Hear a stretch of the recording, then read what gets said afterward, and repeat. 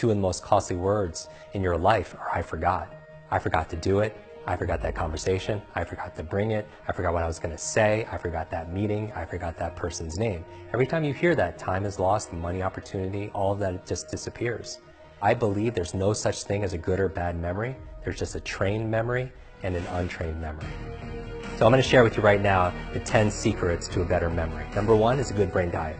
You are what you eat. There's certain foods that are really good for your brain, good for your focus, good for your memory. There are things like avocado, things like brain berries or blueberries, things like broccoli, things like coconut oil, things like eggs, if that's allowed in your diet, green leafy vegetables. All these things are good for your diet. Salmon, sardines, wildly caught, very good for your brain. Walnuts, by the way, are very good for your brain also. And it's interesting, a walnut looks like a brain. There's certain foods that are really good for the organs it's supporting. It's like a signature, nature's signature, a sign of nature. Like you cut into a carrot, you look at it, it looks like an eye, right, which is good for your eyes. Number two, killing ants. Killing ants, actually, research says, is good for your brain. You're like, Jim, I don't want to kill insects. I don't mean ants like that. I mean automatic negative thoughts. It was coined by Dr. Daniel Amen, who's a famous brain doctor. Kill those ants, automatic negative thoughts. Because here's the thing, your mind is always eavesdropping on your self-talk. Number three key for unlocking your quick brain is exercise, right? And I mean physical exercise. People who are more physically active will do better on mental acuity, focus, and memory tests.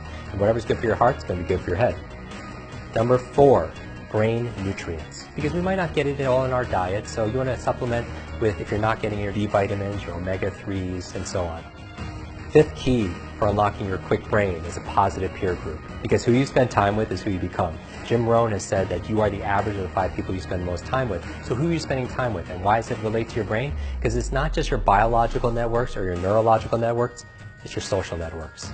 Are you spending time with energy vampires? Or are you spending time with people that encourage you, that challenge you, that take you to the next level, that educate you, that coach you? 6 is a clean environment. A clean environment is good for your brain. And you know this. You clean your laptop off or your desk.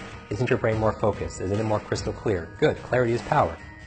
Number 7 is sleep. That's where you consolidate short to long-term memory. That's where you clean out the plaque that leads to Alzheimer's and dementia. Sleep is very important.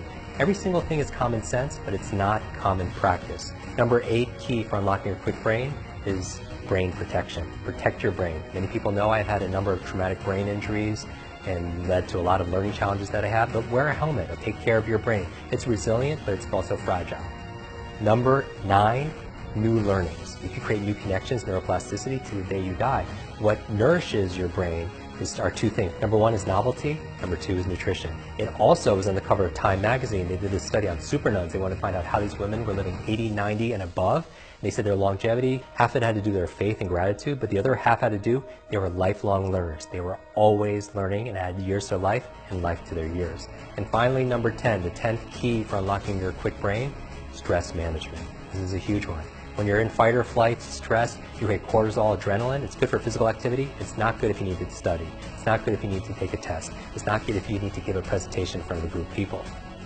All of us have these gifts, and IQ doesn't measure it properly. IQ is fixed. IQ measures a very limited spectrum of what intelligence is. What about the person who is really great with people? They have great interpersonal intelligence, great, with individuals. Or maybe the person has great visual spatial intelligence. Think about the artists. Think about the graphic artists, the designers, the architects. That's equally important.